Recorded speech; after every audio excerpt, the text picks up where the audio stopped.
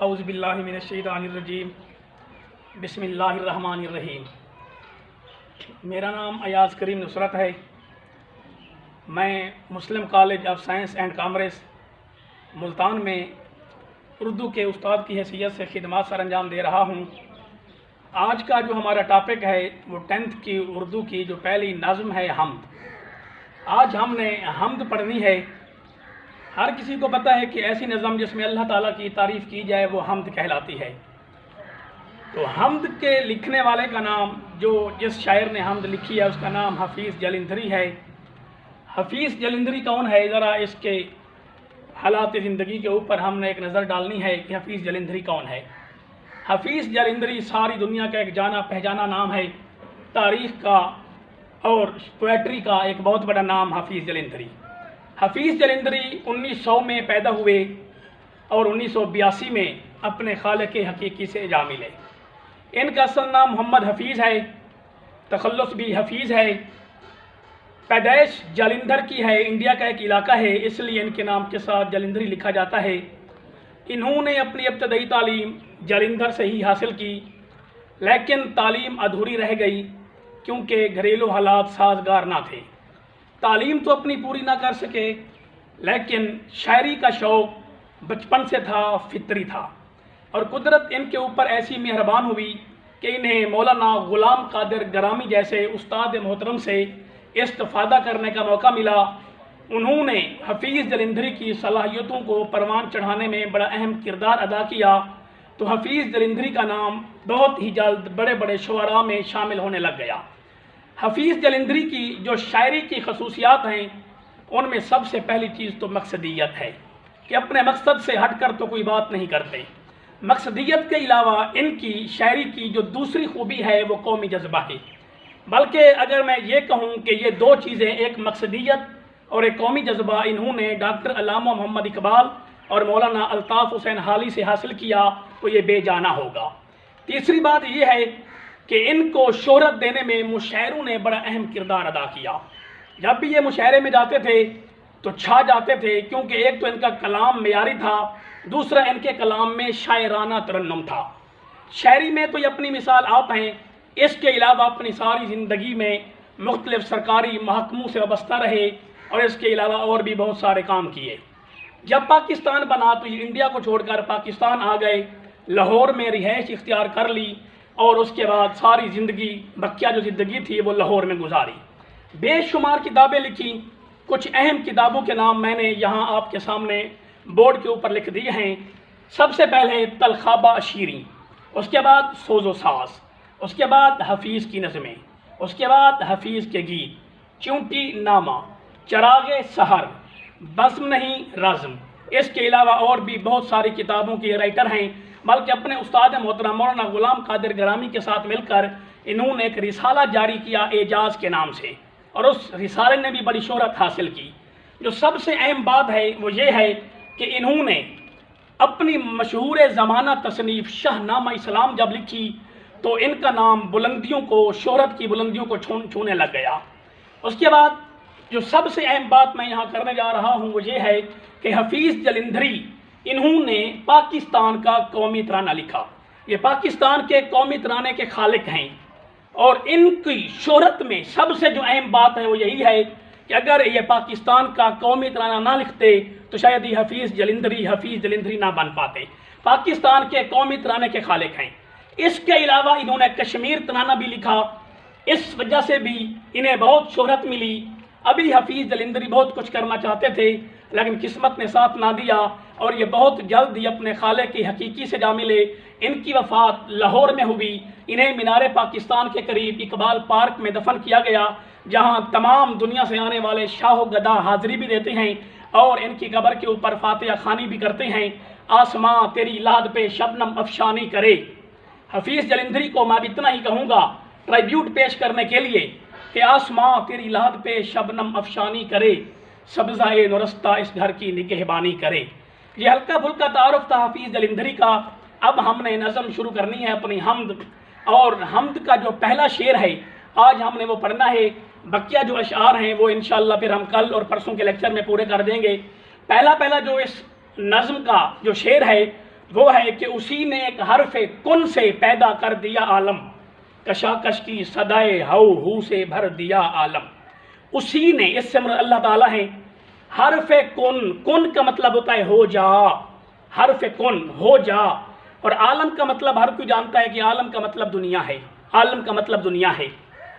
کشاکش کا مطلب ہوتا ہے کھینچا تانی، کشمکش۔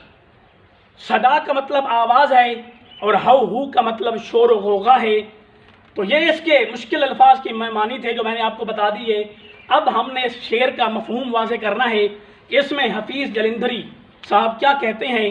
اللہ تعالیٰ کی قدرت کی تعریف، اللہ تعالیٰ کی قدرت کا اعتراف کرتے ہوئے حفیظ جلندھری اپنی نظم کے پہلے شعر میں یہ بتا رہے ہیں کہ اللہ تعالیٰ نے ایک حرف کن کہا اور پوری دنیا بنا ڈالی۔ اس کے بعد اللہ تعالیٰ نے اس کائنات میں اپنی مخلوقات پیدا کر کے اس کائنات کو رونق بخشی۔ اس شعر میں حفیظ جلندھری صاحب اصل میں کہنا یہ چاہتے ہیں کہ اللہ تعالیٰ ایسا قادر ہے کہ اتنا بڑی لمبی چوڑی وسیع و عریض کائنات بنائی تو صرف ایک حرف کہا کن، یعنی ہو جا، فیکون، پس ہو گیا۔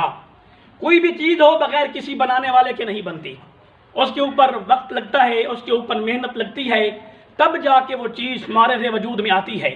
لیکن اللہ تعالیٰ ایسا قادر ہے، ایسی قدرت رکھنے والا ہے کہ اتنا لمبی چوڑی کائنات بنائی، یہ زمینیں، یہ آسمان، یہ مشرق، یہ مغرب، یہ شمال، یہ جنوب، زمین اور آسمان کی ساری مخلوقات، حیوانات، نباتات، جمادات اللہ تعالیٰ نے پیدا فرمائے۔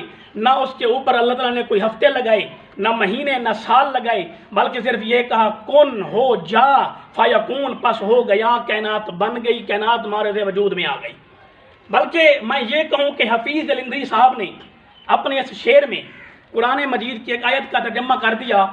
اللہ تعالیٰ کی لاریب اور بے عیب کتاب میں سورۃ یاسین جو قرآن مجید کا دل ہے، اس کی آیت نمبر 82 میں اللہ تعالیٰ ارشاد فرماتے ہیں کہ انما امرہ اذا اراد شیئا ان یقول لہ کن فیکون، کہ جب وہ کسی چیز کے بنانے کا ارادہ کرتا ہے تو وہ کن کہتا ہے اور وہ چیز وجود پا جاتی ہے۔ تو اللہ تعالیٰ اپنی کائنات کو اللہ تعالیٰ نے جب بنایا تو اس کے اوپر نہ محنت لگی، نہ وقت لگا۔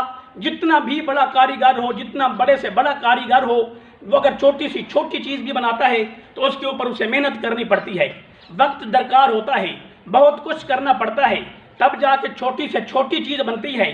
اگر اللہ تعالیٰ نے جب اتنا یہ بڑی کائنات، لمبی چوڑی وسیع و عریض کائنات بنائی، اللہ تعالیٰ نے صرف ایک حرف کہا، لفظ نہیں کہا، جملہ نہیں کہا، فکرہ نہیں کہا، صرف ایک حرف کہا کہ کن ہو جا، بن جا، تو کائنات فیکون، پس ہو گئی، بن گئی۔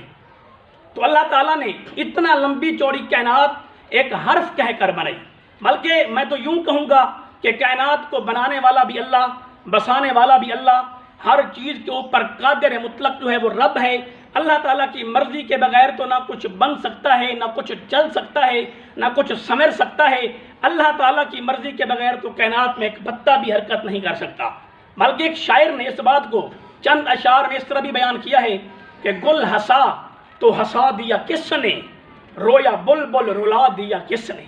اللہ تعالیٰ کی حمد کو شاعر نے سوالیہ انداز میں بیان کیا کہ گل ہسا تو ہسا دیا کس نے، رویا بلبل رلا دیا کس نے۔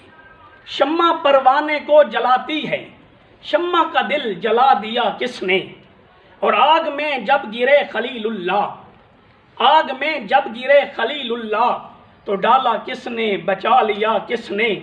اب تو یہی سمجھ اے خاموش کہ تجھ کو عقل و خرد دیا کس نے۔ ہر چیز کا مالک و مختار اللہ ہے، ہر چیز کے اوپر اللہ قادر ہے، بنانے پہ بھی قادر ہے، بسانے پہ بھی قادر ہے، چلانے پہ بھی قادر ہے اللہ تعالیٰ۔ زمین ہو یا آسمان اور زمین کی ساری مخلوقات، حیوانات، نباتات، جمادات، کوئی بھی چیز ہے، ہر چیز اللہ تعالیٰ کی مرضی کے تابع ہے۔ کائنات کو بنانے والا بھی وہی ہے، چلانے والا بھی وہی ہے۔ کائنات میں ایک ذرہ بھی اللہ تعالیٰ کی مرضی کے بغیر ہل نہیں سکتا، حرکت نہیں کر سکتا۔ تو اس شعر میں حفیظ جلندھری صاحب اصل میں یہی بتانا چاہتے تھے کہ اللہ قادر مطلق ہے۔ جب اس نے کائنات کو بنانے کا ارادہ فرمایا، صرف ایک حرف کہا، اس کے بعد یہ ساری کی ساری کائنات مارے وجود میں آ گئی، اور اب تک کہیں بھی کوئی خلل یا گڑبڑ آج تک نہ دیکھا گیا، نہ دیکھا جائے گا، کیونکہ کائنات کے اوپر اللہ تعالیٰ کی گرفت ہے، قبضہ ہے، ہیبت ہے، وحشت ہے، خوف ہے۔ پوری کائنات اللہ تعالیٰ کی مٹھی میں ایسے بند ہے کہ ایک پتا بھی اللہ تعالیٰ کی مرضی کے بغیر حرکت نہیں کر سکتا۔ وہ سب کے دل میں، وہ سبھی کی نظر میں رہتا ہے، ہر چیز کے اوپر ویسا محیط ہے، چھایا ہوا ہے کہ وہ سب کے دل میں، وہ سبھی کی نظر میں رہتا ہے، وہ سب کے ساتھ مسلسل سفر میں رہتا ہے۔ کوئی بتائے اندھیرے میں روشنی کی طرح یہ کون ہے جو دلوں کی نگر میں رہتا ہے؟ اسے تلاش کرو اے روشنی کے متوالو، وہ لامکاں ہے مگر سب کے گھر میں رہتا ہے۔ ہر جگہ پہ موجود میرا اللہ، ہر چیز کا بنانے والا وہی، چلانے والا وہی، ہر چیز کو پوری کائنات کے ذرے ذرے کو کنٹرول کرنے والا اللہ ہے۔ تو حفیظ الندری صاحب اس شعر میں یہی کہنا چاہتے ہیں اصل میں کہ اللہ نے اتنا بڑی کائنات بنائی تو ایک حرف کہا، جب بھی وہ کوئی چیز بناتا ہے صرف ارادہ کرتا ہے وہ چیز مارد وجود میں آ جاتی ہے۔ اتنا وسیع و عریض کائنات کے بنانے پر ایک حرف کہا، کائنات بنئی، اس کے بعد کائنات بسئی، کائنات چلئی۔ اس کائنات میں اللہ تعالیٰ نے اپنی ساری کی ساری مخلوقات پیدا کر کے اس کائنات کو رونق بخشی، چہل پہل بخشی، ہر جگہ پہ گہما گہمی ہے، ہر جگہ پہ یہ رونق ہے۔ اس کی ساری مخلوقات، چاند، سورج، ستارے، آسمان کو سجایا، فرشتوں سے سارے کا سارا آسمان اللہ تعالیٰ نے بھر دیے۔ اس کے بعد زمین کے اوپر انسان بنائے، جانور بنائے، چرند پرند، ساری کی ساری مخلوقات، حتیٰ کہ اس کے بعد پھل، درخت، پودے، سبزہ، ہر چیز میرے اللہ نے کائنات کے اوپر بسا کے لگا کے اس کائنات کو میرے اللہ تعالیٰ نے رونق بخشی، چہل پہل بخشی۔ اللہ نے پوری کائنات بنائی تو ایک حرف کہا اور اس کے بعد اس کائنات میں مخلوقات پیدا کر کے اللہ نے اس کائنات کو رونق اور چہل پہل بخشی۔ یہ پہلا شعر تھا جو ہم نے آج پڑھ لیا۔